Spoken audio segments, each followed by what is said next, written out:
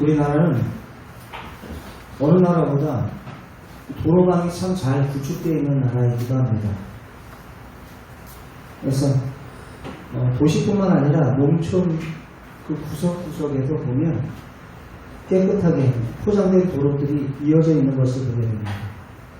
하지만 우리가 걷는 인생의 길은 포장된 경우보다는 비포장된 그런 경우가 더 많은 것 같아요. 굴곡지고 울퉁불퉁. 사람이라는 돌멩이, 편견이라는 돌멩이, 이기심이라는 그 돌멩이, 우리의 인생의 수레들은 늘 언제나 삐걱삐걱거리면서 기울뚱기울뚱 거리게 됩니다. 그래서 여기저기 그러한 많은 인생의 문제들, 돌멩이들로 인해서 달구지에 덜컹덜컹 거리는 것처럼 우리의 인생이 항상 요동치고 흔들릴 때가 너무나 많습니다. 간혹 가다가는 예측하지 못한 그러한 위기, 움푹패인 그러한 구덩이, 땅 떠진 현상이라고 그러죠. 진짜 스올과도 같이 깊숙한 그러한 큰 일을, 어려운 일을 그러한 만나는 때도 있습니다. 우리가 다니는 도로 곳곳마다 우리는 표지판이 잘 설치되어 있어요. 그래서 어떤 길로 선택해야 될지, 여러분들이 지금 교회 오시면서도 봤을 때 많은 표지판들을 보셨을 거예요. 또 표지판을 보면서 우리는 선택하면서 어렵지 않게 왔습니다. 그러나 인생길에 있어서 광야는 여러분들 표지판이 없습니다. 무엇을 선택해야 할지, 어디로 가야 할지 우리들이 혼란스러울 때가 참 많습니다. 어떤 길을 선택을 해야 될지.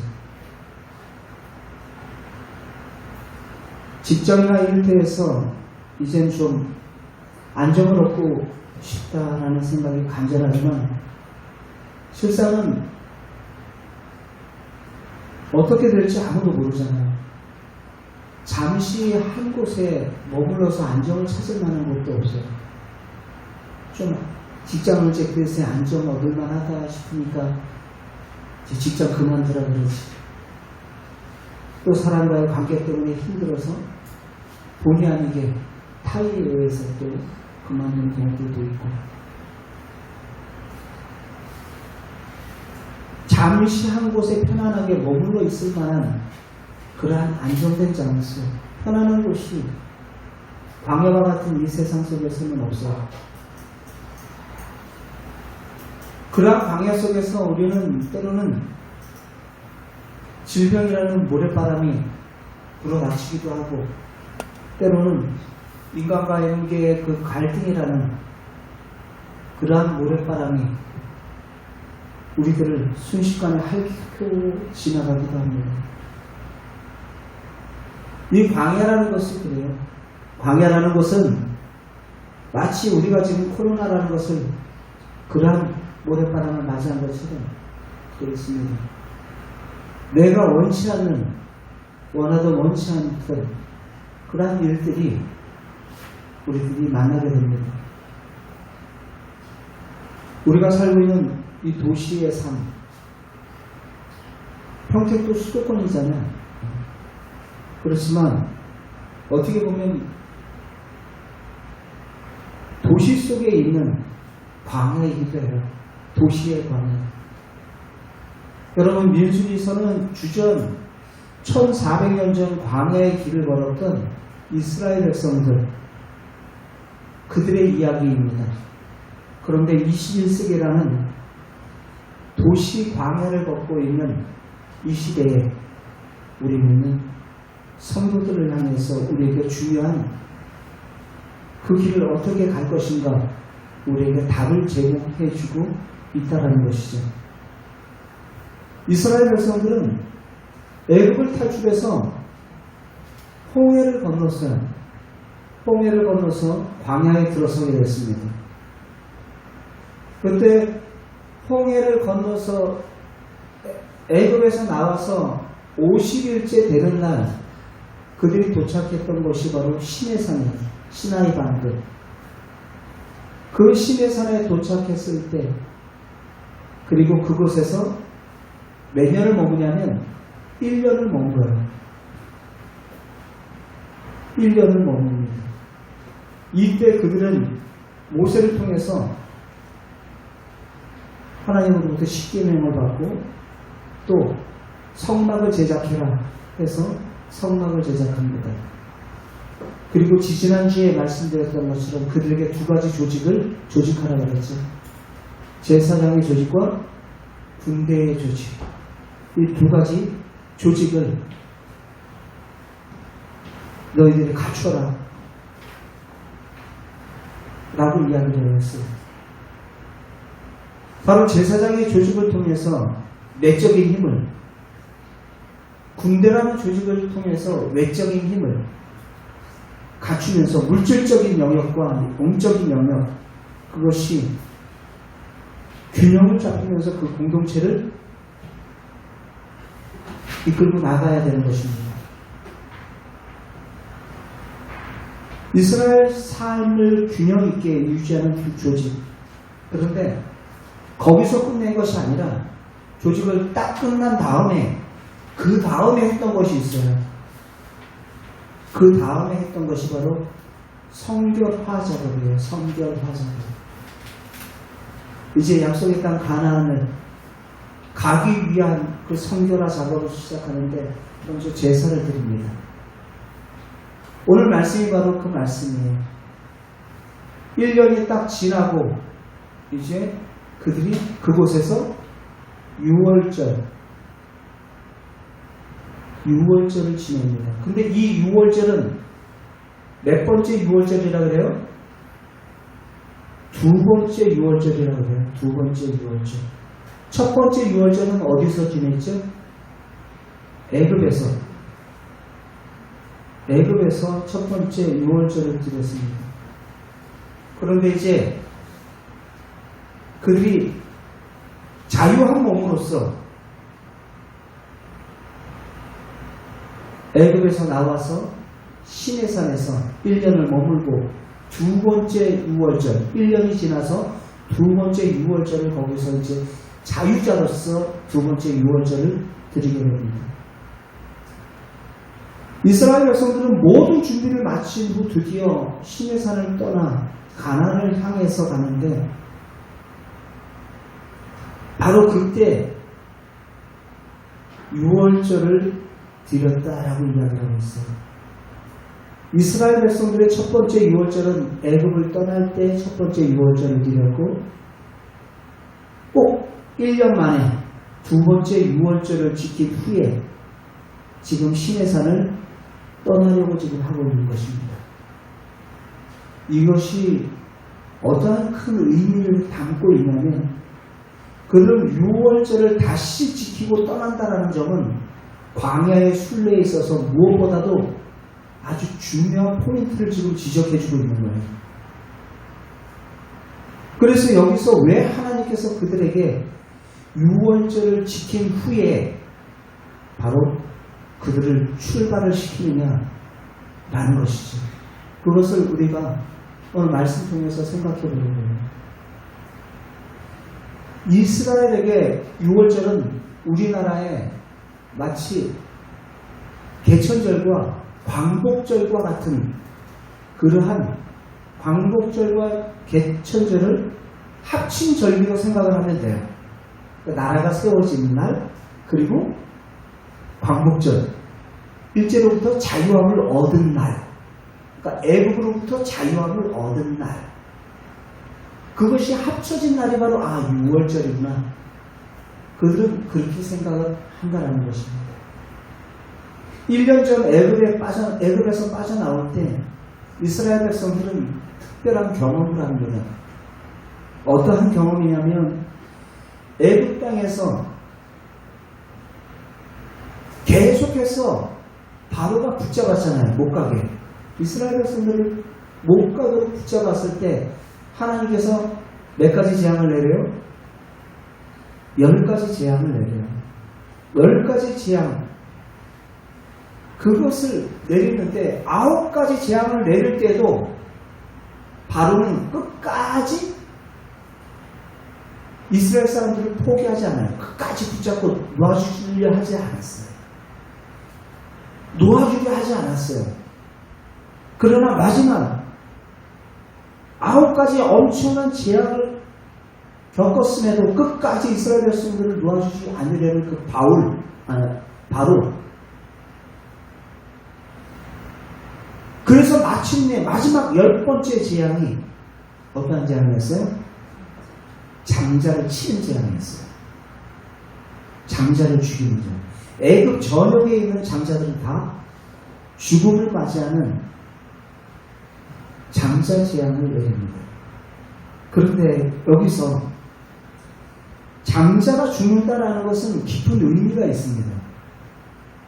장자가 죽는다라는 것은 어떠한 의미를 담고 있냐면 대를 끊어버리겠다라는 거예요.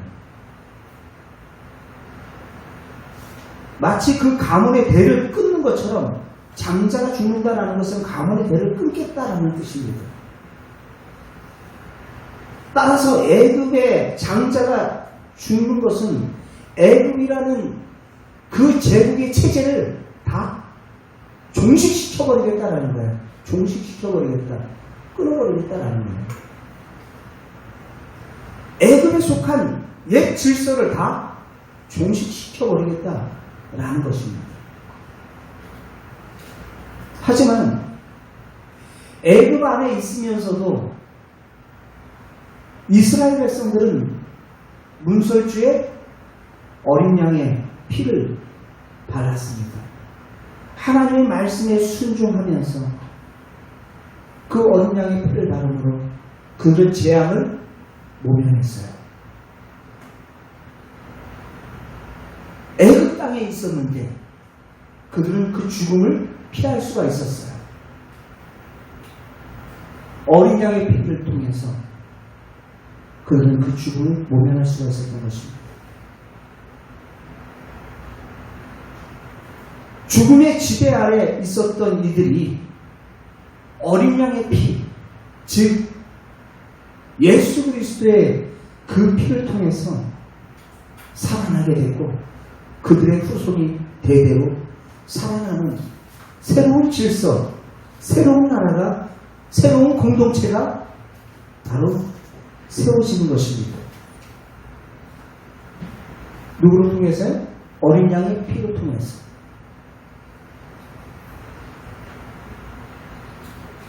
어린 양의 피로 통해서 새로운 공동체가 세워졌다. 새로운 나라, 이스라엘이라는 나라가 세워졌다라는 것은 예수 그리스도를 통해서 하나님의 나라의 백성들이 세워지는 것을 신약에서의 그 모든 예정하신 예표되는 사건들입니다.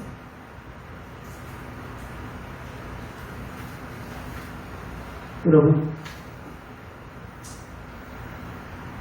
6월절은 이스라엘 민족의 생일입니다. 생일. 탄생한 날. 6월절은 이스라엘 백성으로 하여금 애굽이라는 과거를 떠나고 가나안이라는 그 미래를 향해서 출발하는 그러한 시작을 알리는 그러한 절기가 바로 6월절입니다. 그래서 6월절은 노예였던 자들이 자유민으로서 살아가는 첫 출발점이 되는 것이 바로 6월절입니다. 6월절은 죽음에서부터 벗어나 바로 생명으로 애굽의 제국의 통치에서부터 벗어나 하나님의 백성으로서의 하나님의 통치로 들어가는 그 시작점이 되는 것이 바로 6월절 사건이다라는 거예요. 6월절 사건. 6월절이 그래서 얼마나 중요했던지 우리는 그 날이 8월 15일이다 그러면 광복절이잖아요. 8월 15일 광복절 얼마나 중요한 날입니까? 근데 8월 15일 광복절 제대로 태극기 꽂고 우리가 그날을 기념하지 못했어요. 예를 들어서 기념하지 못했어요. 그러면 그날 태극기 집에다 꽂고 기념하지 못한 사람들은 다음 달 9월 15일 날 광복절을 기념하면서 그날을 지키세요. 말이 돼요, 안 돼요? 말이 안 돼요. 말이 안 돼요. 그런데 여러분, 민수기서 9장 11절에서부터 14절까지의 말씀은 어떤 이야기가 나오냐면 6월절이 1월 14일이거든요. 6월절이 1월 14일인데 그날 지키지 못했던 사람들은 한 달 뒤에 2월 14일 날 잊어버리지 말고 6월절을 지켜라 라고 이야기해요. 이스라엘 백성에 속한 그리고 애굽을 떠날 때 함께 따랐던 다른 종족들까지도 이스라엘뿐만 아니라 같이 따라왔던 다수의 종족들, 혈통적으로 이스라엘뿐만 아니라 다른 사람들까지도 같이 따라왔던 출애굽했던 그 사람들까지도 같이 6월절을 기념하며 지켜라 라고 말하는 것입니다. 무엇을 이야기할까요? 굉장히 중요하기 때문에 그날을 기념하며 지키라는 거예요. 한 사람도 빠짐없이 지키라는 거예요. 우리가 긴 여행을 떠날 때 여러 가지 준비를 하죠. 코로나 때문에 여름 휴가든지 제대로 확산세에 적응돼서 못 가고 막 그러는데 우리가 여행을 떠난다 생각해봤어요. 이스라엘 백성들이 지금 이제 시내의 산에서 시나이 반도에서 이제 광야의 길을 떠나는 거예요. 약속의 땅 가나안을 향해서 이제 나아가게 되는데 성막도 지으라고 하셨고 율법도 받았고 군대 조직도 제사장 조직도 다 재편했고 이제 필요한 준비 다 끝난 상황이에요. 다 끝난 상황인데 굳이 그들에게 6월절을 지키라 하면서 그 1년까지 기다렸던 거예요. 한마디로 얘기해서 9장 말씀이 바로 그 말이에요. 딱 그들이 출애굽했을 때 시내산에서 1년을 머물렀어요. 1년을 머무니까 바로 그 지켰던 출애굽했을 때 맨 처음에 지켰던 그 6월절 그날이 들어온 거예요. 굳이 이렇게 6월절을 철저하게 지키게 한 후에 하나님께서 이스라엘 백성들을 떠나게 하신 바로 이유가 무엇일까 하는 거예요.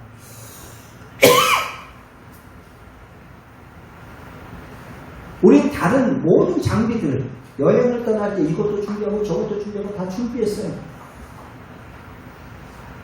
근데 마지막 6월절 지키고 너희들이 떠나라 라는 것이죠. 우리는 여기서 모세가 생각하는 매우 중요한 여행 준비 가운데 하나가 있다라는 것을 보게 돼요. 그것은 보이지 않는 정신이에요.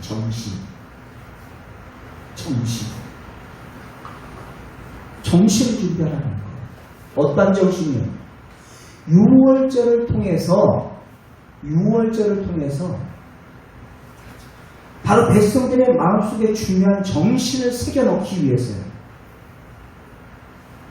출애굽한 이스라엘 백성들이 이제 약속의 땅 가나안을 향해서 진군해 나아갈 때 너희들 잊지 말고 출애굽했을 때 6월절 지켰던 것처럼 이제 시나이 반도에서 약속의 땅 가나안을 향해서 나아갈 때 6월절 지켜.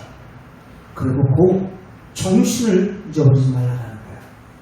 6월절을 통해서 백성들의 마음속에 중요한 정신을 새겨놓기 위함입니다.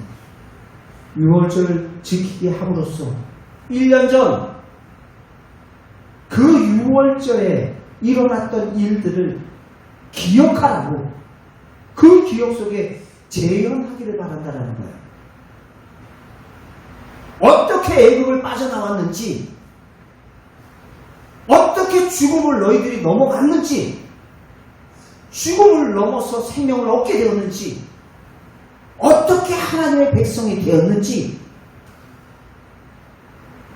이런 것들을 너희들 회상해라.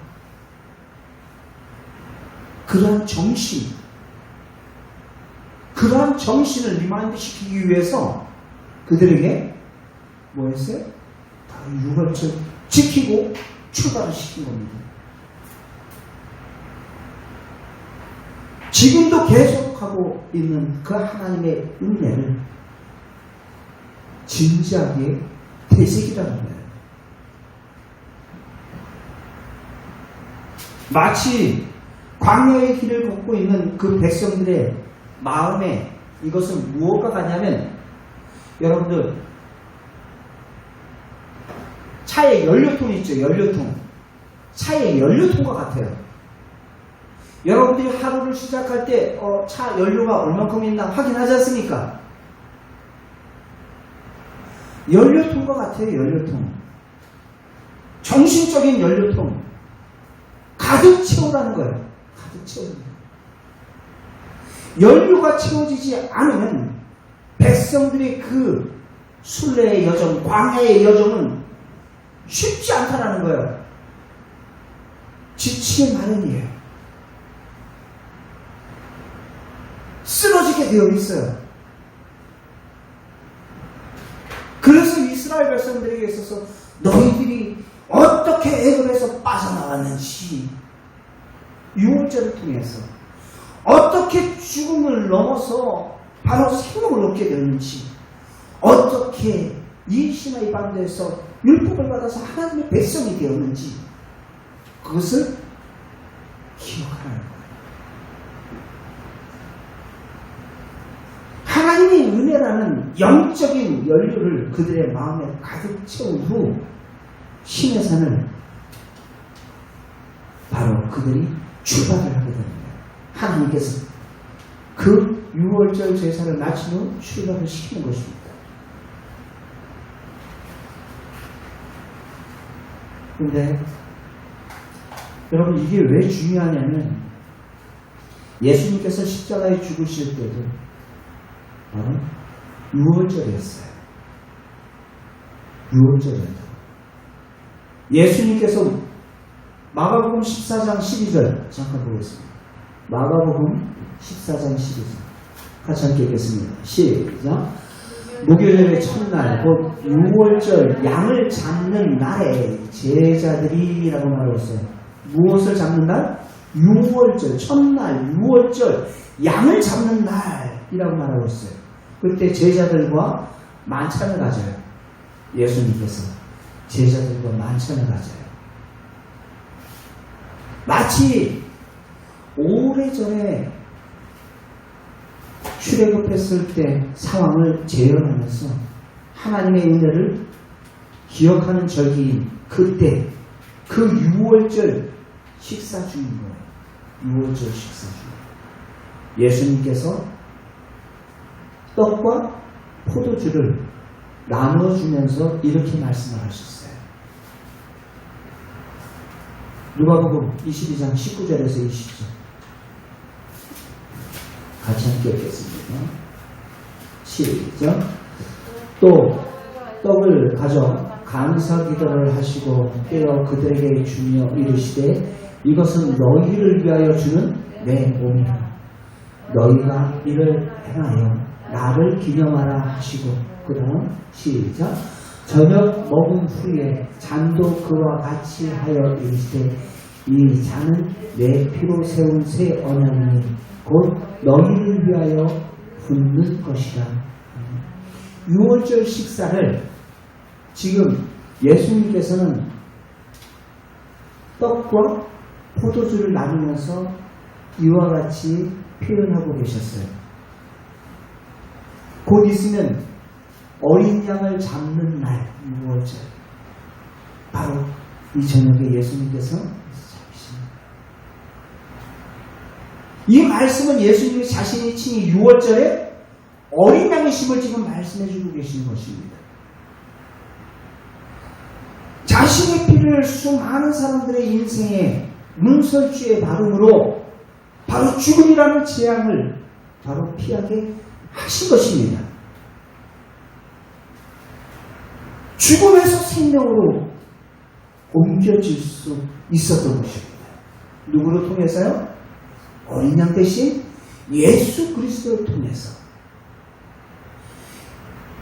죄와 사망의 노예였던 우리를 제2 모세가 되신 예수 그리스도께서 바로 영적인 애굽의 손으로부터, 바로의 사탄의 손으로부터 우리를 건지셔서 하나님의 자녀 삼아주신 줄 믿습니다. 출애굽 이후 이스라엘 백성이 무슬이 지켰던 유월절은 사실 무엇을 가리키고 있었어요? 누구를 가리키고 있었어요? 예수 그리스도를 가리키고 있었다는 거예요. 예수 그리스도. 유월절은 마치 표지판과도 같아요. 광야를 살아가고 있는 이스라엘 백성들에게, 이스라엘 백성들에게 표지판과도 같은 것이 바로 유월절이고, 표지판과도 같은 것이 바로 유월절 대신 예수 그리스도이신 것입니다. 길 없는 광야에서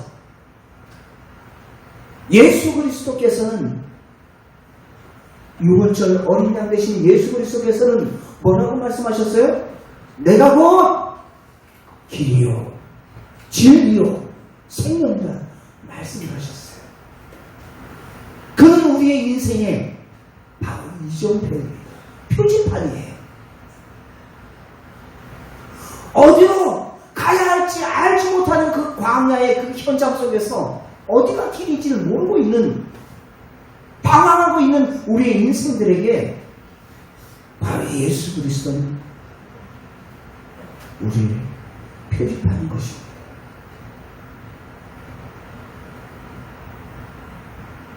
하나님께서 시내산 이스라엘 그들로 하여금 유월절을 지키고 여행길을 오르게 하신 것도 바로 이와 같은 이유에서요. 예수 그리스도가 아니면 그 광야를 통과할 수가 없기 때문입니다. 우리는 광야의 길을 출발할 때마다 유월절을 기억해야 합니다. 인생의 광야. 코로나라는 것도 광야고, 회사에서 실직되는 것도 광야고, 자녀들이 아픈 것도 광야고, 시험에 낙방된 것도 광야고, 여러 가지 우리들은 인생에 많은 광야들을 만나요. 그러나 여러분들 잊지 마시기 바랍니다.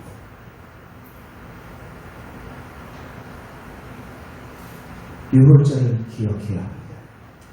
인생의 광야의 길을 갈 때 그 길을 가게 하는 내적인 힘은 바로 유월절의 은혜를 기억하는 것에 달려있기 때문이에요.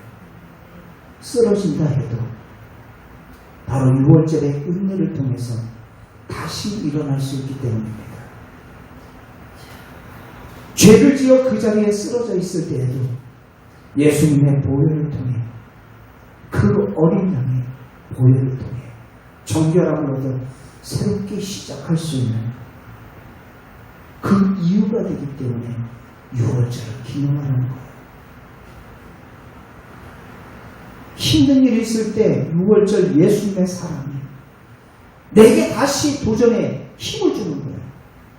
바로 그 사랑에서 아무도 끊을 자 없으리라. 억울한 일 당해도 유월절 예수님의 그 약속을 생각하며 마음으로 받은 그 모든 상처들을 툭툭 털어버릴 수 있는 것이 바로 유월절 예수 그리스도 때문인 줄 믿습니다. 이처럼 유월절에 담긴 그 은혜를 기억할 때 우리는 이 광야의 길을 걸어갈 수 있는 힘을 얻게 되는 것입니다. 이스라엘 백성들에게 광야에 그 길을 출발시키기 전에 유월절을 지키게 하셨던 것. 히브리서에 말씀하죠. 누구를 깊이 생각하라? 예수를 깊이 생각하라. 우리에게 수다한 많은 시험들이 있다 할지라도 얽매이기 쉬운지 우리의 발목을 붙잡는 사건들이 많이 있다 할지라도 너희들은 예수를 기억해. 유월절 예수 그리스도.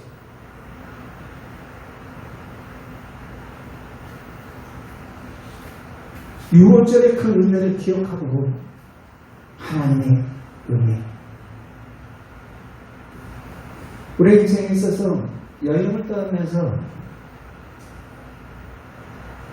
많은 짐들을 메고 다니잖아요. 그죠? 여행을 떠나면 짐들을 바리바리 챙겨라.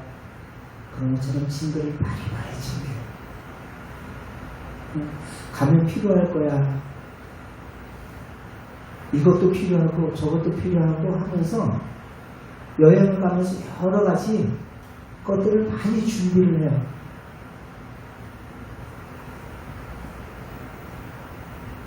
가져가는 그 모든 인생의 짐들, 여러 가지 짐들이 있죠. 여러분, 그러나 그러한 인생의 짐들,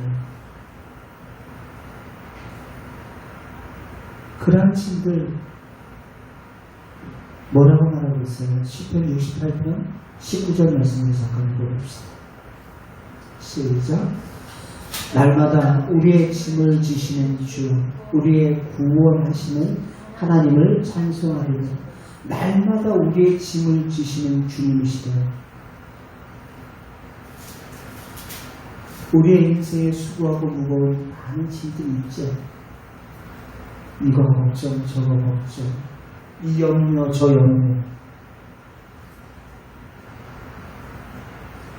광야를 살아가면서 이러한 염려들, 이러한 걱정들 다 있다고요.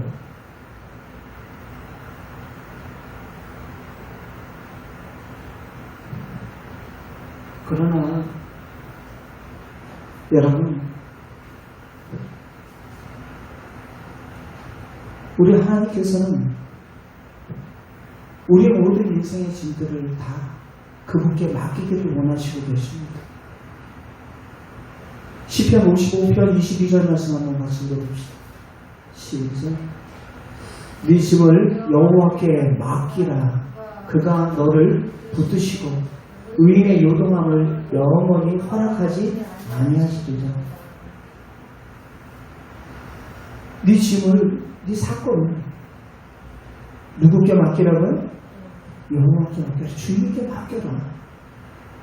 네가 주인께서 그 문제 해결하려고 그러지 말고 주님께 맡겨라. 너희들 흔들리는 거 나 못 본다.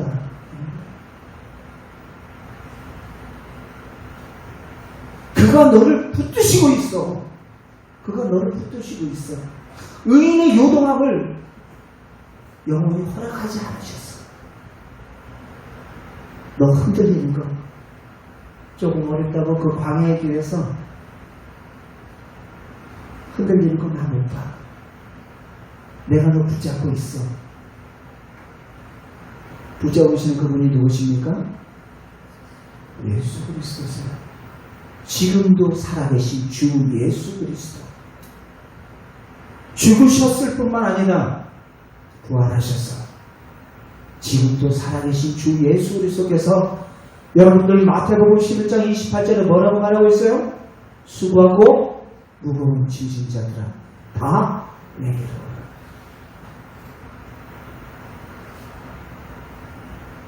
아무리 광야의 척박한 상황과 현실들에 놓여있다 할지라도 바로 주님 안에 있을 때 우리는 그분 안에서 참된 쉼과 안식과 평강을 누리게 될 줄 믿습니다. 이 세상에는 없는 그 평강과 안식, 우리가 찾고 있는 그 평강과 안식은 이 세상에 없어요. 이 광야에는 없다고요. 그러나 그 광야의 현장이라 할지라도 초막이든 궁궐이든 내 주 예수 모신 곳이 바로 그것이 천국인 줄 믿습니다. 주님과 동행하는, 주님과 함께하는 그 힘이 우리를 이 척박하고 삭막한 광야에서